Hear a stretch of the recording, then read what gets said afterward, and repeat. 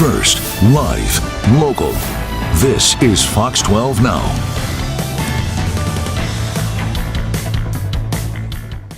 Hello, everyone. Welcome to Fox 12 Now. I'm Greg Nibbler. This is part of Fox 12 Oregon here at our digital desk, where we get to go in depth on all kinds of topics that matter to people in Oregon and even beyond.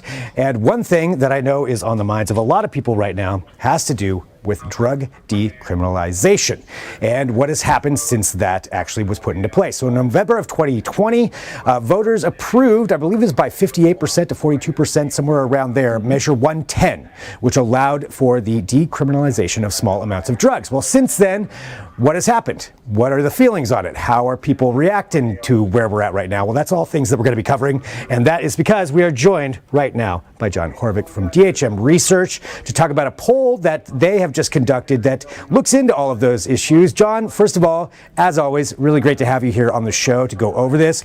Can you give us just a little bit of context for anybody who's not really aware of maybe exactly what Measure 110 was?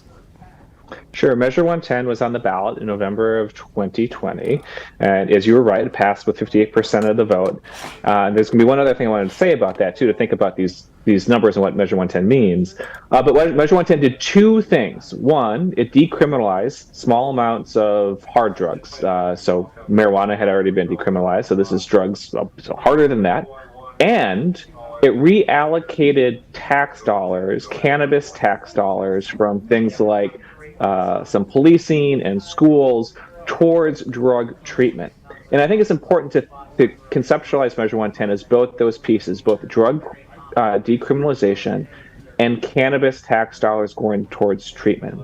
Now, the one other thing I'll say about that 58% support for Measure 110 in 2020 is that it wasn't just because it passed overwhelmingly in the metro area or overwhelmingly in Portland. It did.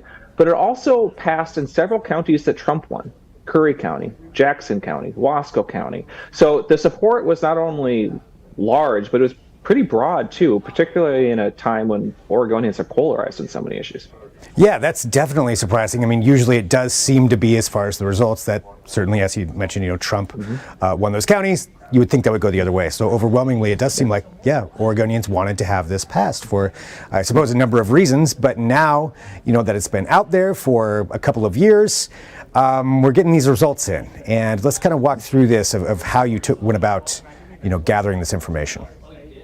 Sure. This is part of regular surveys that DHM Research does, and we've talked about several of them in the past, and I hope we do in the future. This survey covered all sorts of different topics, everything from how Oregonians feel about transgender policy to how they think about different generations to immigration, foreign trade, all sorts of things. And because Measure 110 is an issue that Oregonians have cared about, talked a lot about, we thought, hey, let's check in. And, I honestly didn't have a strong notion of where Oregonians would be on this issue. There were some conflicting things in my own head about it, insofar as it passed overwhelmingly a couple of years ago. As we just said, 58% support, counties across the state, urban and rural. But when we ask Oregonians, what's the most important issue in the state? I mean, crime has really been going up. Concerns about drug use have really been going up. Homelessness remains a top concern, and we talk to people about homelessness. They really tie it closely to their feelings about drug addiction and crime. And so those seemed like kind of opposing forces to me. So when we went into this with an open mind, at least I did, and generally curious to see what Oregonians would say. So a survey of 500 Oregonians, representative voters across the state, Democrats, Republicans, urban, rural, men, women, all ages. So good snapshot of where Oregonians are today. And I will, just to address you being on the show before, and obviously in the future we'll definitely be talking about these poll results. But for anybody watching, this is data. This is what people think. This is how they feel. It's not one way or another, not skewing anything. This is exactly how people are feeling about things. And as you mentioned, it's always a really good snapshot across the board, across demographics, across all kinds of different, whatever it is, whether it's geographically, politically, whatever it is. So that's why I think it's always really interesting to see what it is that you find out from these. So with Measure 110, I guess I'll let you start wherever you want to with whatever the result is. Well, the top line number that people have been interested in talking about is, we asked Oregonians if they would be support or oppose repealing Measure 110 to reinstitute or bring back criminal penalties for drug possession while still maintaining the cannabis tax for treatment. So that's why I think it's important to remember Measure 110 did two things. And in the survey, we asked about the criminalization part, but maintaining those dollars to go towards treatment. When we asked it that way, 63% of Oregonians say that they would support that. And so that's a pretty clear number. Now, always put caveats around that. What is small possession, or what's small when you talk about drug possession? Do you mean all different types of drugs? Do you mean something differently? What would the criminal penalties be? So there's lots of things that we didn't explore in this. This is just a check-in, and I think the results are pretty clear that Oregonians are open to revisiting the decision that they made 2 years ago. And I think what they're looking out at the world is and saying, hey, this was a measure that was aimed at rethinking how we did drug policy in the state, and then just observing the world and saying, hey, maybe this isn't the right choice for us at this time. Yeah, I mean, you mentioned Oregonians' feelings on crime, houselessness, all of those things kind of wrapping into this as well, and where they're feeling on it. What was one of the first things that you asked associated with this? Well, we asked first, has Measure 110 been good or bad for Oregon? And pretty clearly people said bad. The other thing is that we asked, has Measure 110 helped, harmed, or made no difference on homelessness, crime, and drug addiction and overdoses? And about 2/3 of Oregon voters said it's made things worse for homelessness, crime, and drug addiction and overdoses. Now, a question I've gotten from some when they talk to these polls is, do Oregonians really know what Measure 110 has done, what's accomplished, and sort of the impacts it's had or hasn't had in the short window that we've had since it's passed, and then in a context where all sorts of other things are happening in the world too. So how do we isolate the impact of Measure 110? And I say, hey, that's fair. But I think from a like an electoral matter, a political matter, or just elected officials and community members just kind of getting a sense of where people are at. Very few people think that it's had a positive impact on the types of things that proponents of Measure 110 said it would. Now, time can go on, programs can improve, opinions can be shaped by things that they see on the ground. But right now, Oregonians are clearly skeptical about how Measure 110 is working in practice. And I think that's interesting that across the board, that does seem to be what, where people are at as far as questioning that. How much of that is, the influence of some of these other issues? I guess that's kind of up for debate for, some of these results. Where was there any difference as far as that? Was this all across the board? I guess talking about the demographic side of things or geographic. Sure. So on the question of, would you support or oppose, repealing some aspects of Measure 110 to institute criminal penalties, again, while maintaining this cannabis taxes, there are some differences by demographics, but there's broad support. Pretty much every demographic group gets to a majority. We do see some differences by party, with Republicans being more supportive of repealing than Democrats. That's not a surprise. There's also age differences, and younger people are more ambivalent, I'd say, about Measure 110, and that's a trend that we see a lot in the data when it comes to social policies and drug policies, where there are these generational differences, where older Oregonians just have a different mindset than those who are younger. There could be lots of reasons for that, but that's one of them. So partisan differences, like we always expect to see, but Democrats are split on this. It's not like Republicans are all in one camp and Democrats on the other. It's really Republicans are in one camp and Democrats are kind of divided by it. Now, as a pollster, as someone who works in politics, political actors tend to look for issues that unite your side and divide the others. And this is one of them. Gun policy would be another, on the other side. Gun policy unites Democrats and it divides Republicans. When you have issues that do that, those are the ones that tend to bubble up, that the political actors want to run campaigns on, or candidates want their elections to be about. Now, obviously, this is a hugely important public policy and social policy for Oregon, but because of that partisan divide, where again unites Republicans and divides Democrats, makes me think that this is a political issue that's not going to go away, and it's certainly a policy issue that Oregonians should stay engaged on. I think that's something you brought up before too in our discussions about that. As far as that, if it divides one party, the other party is going to, pounce on that or use that as maybe a mechanism to try to further that division or gather some votes away from the other side. And that works. Both sides do this, or whatever side that you're on. That's a common political tactic. So that one, dividing Democrats a little bit more. So you expect to see more. Maybe more of a push. I don't know anything in particular about what people might want to do about this measure. That's not. Yeah. I don't have any insight to that. I'm just saying it's a general sort of observation. These are the sorts of things that tend to drive, political actors to move. Right. Yeah, I'm sorry. Just to clarify that, wasn't saying that was your opinion, but just as studying the data historically, that's tends to be what people do. And I think, talking about that as far as the result of this, which I'm looking here too, and I want to remind everybody they're at DHM Research. Even with the age difference thing, it's not that starkly different as I would have expected. No, so you have the numbers in front of me. I do. So it's talking about, this is talking about most Oregon voters think that the root cause of homelessness is drug addiction and mental health, and access to affordable.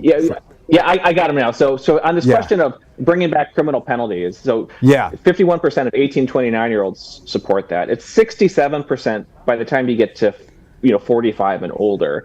So that's a modest difference, 51 to 67. But probably maybe the more surprising number might be that a majority of 18-29-year-olds support this. Yeah. Just to put some numbers on it too, when we look at party. 80% of Republicans said that they would support bringing back criminal penalties for drug possession. Wow. 55% of Democrats. So it's a small majority of Democrats. So they lean one way. That means Democrats are split in a way that Republicans aren't. The other is that we often see big geographic differences, but they're fairly modest here. So just in the Portland metro area, so that's our 3-county Portland metro area, you're at 58% support. And then you get higher in the rest of the state, like in the Willamette Valley, so that's like, Marion County, Lane County, Polk, Benton, areas like that, you're at 68%. And then our rural parts of the state at 65%. So, more support for this outside the metro area, but, about 6 out of 10 in the metro area as well. Yeah. There's some political divisions, particularly on party, a little bit on age, but considering that this passed with 58% support, with support in several rural counties, to see all parts of the state open to revisiting Measure 110 is a notable finding.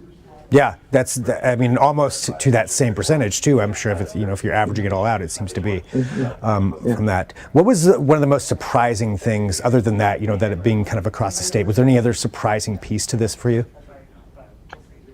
Well, this isn't surprising, but you brought up something that I think deserves sort of just airing again.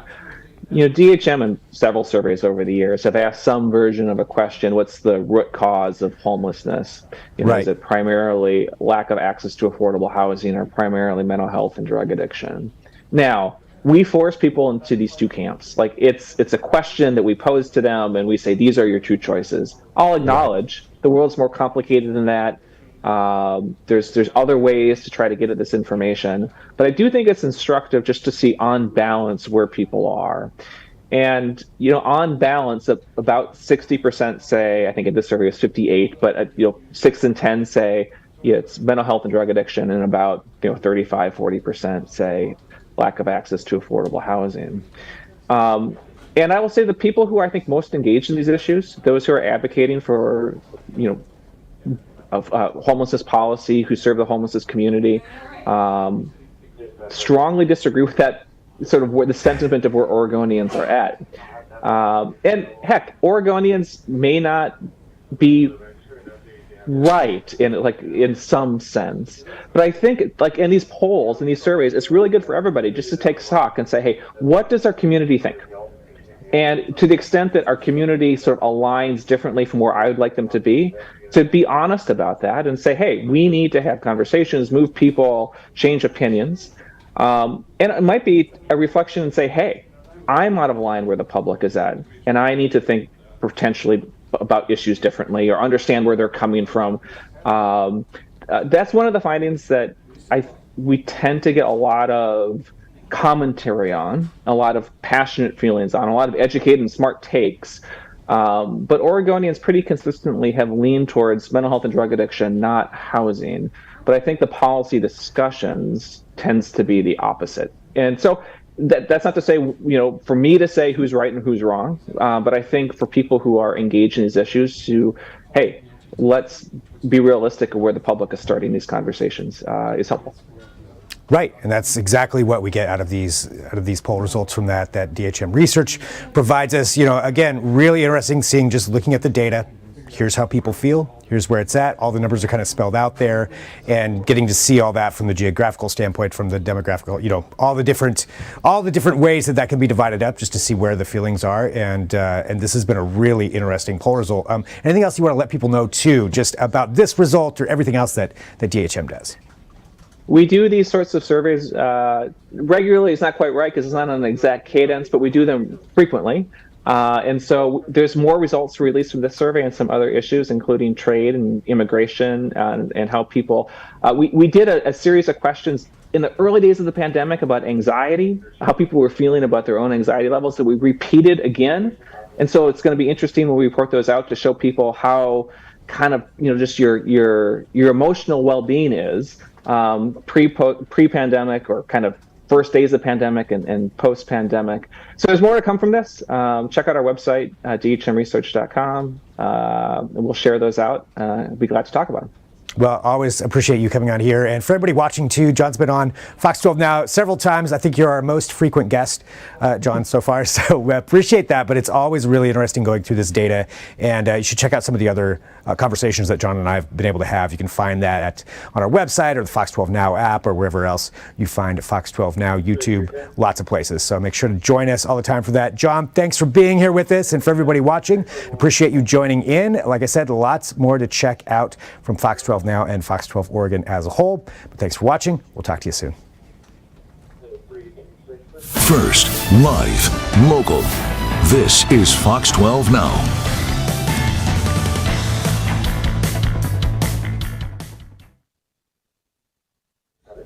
Okay, sweet. I think that worked. All right. Awesome. Thanks, John. Appreciate that a lot. Yeah, you bet. Yeah. All yeah. righty. We're good. We're good. All right. Cheers. Okay. Greg. Talk to you later. All right. Talk to you later.